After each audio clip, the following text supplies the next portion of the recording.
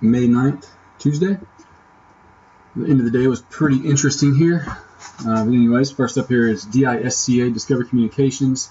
No entry here. You can see it got down, so there's nothing for me to do. Once this huge move came in, it was off my list. Next up, AT&T.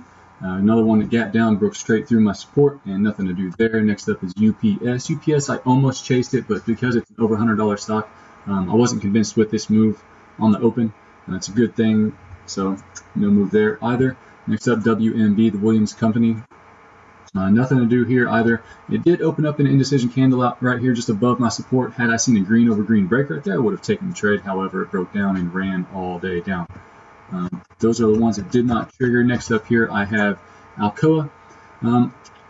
Alcoa kind of was a weird setup on the open. I went ahead and took a speculation trade right here at my support level. Saw some buyers come in, holding the bid up a little bit. So a little bit of speculation. I was only risking 6 cents, so it was nothing too huge right there. I knew once this red candle came in, I had to have my target up there around the high of the opening range. Worked out pretty well. As you can see, it sold off for the rest of the day.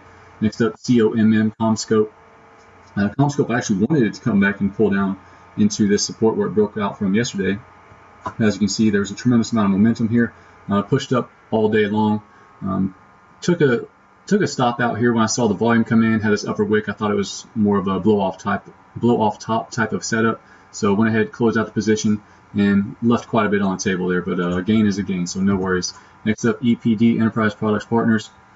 This one opened up, gap down. I usually don't keep an eye on these after they break down through the range. However, this formation right here, this little triangle, we refer to it as a sharp 32 type of setup. Basically, just have a succession of candles that are inside of each other. Told me that there was going to be some indecision there. I was looking for a false breakdown, which happened right here, and came back up into my range, which triggered me into the trade. Not a huge profit, but did make a gain out of it. Next up here is Jnug.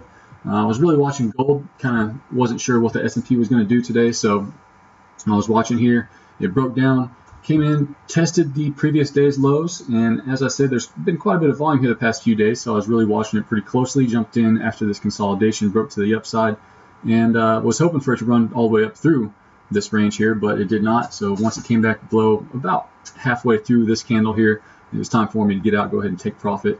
Put in a good little continuation candle here for tomorrow, so it's probably going to be something I keep on my watch just because it is gold related. Next up here, XLY, the consumer discretionary ETF. This one ideally was wanting a pullback down here to the support, as we had a prior trend break and uptrend support level. No chance for that. Had tremendous amount of momentum in this one as well. Got in on the green over green break here and trailed me out on this first flag. These wicks right here kind of had me a little cautious, so I just want to go ahead and take what I had. It did leave a little bit on the table there, but I'll take my profits when I get them. And overall, I did have 4 did not trigger and 5 actually won.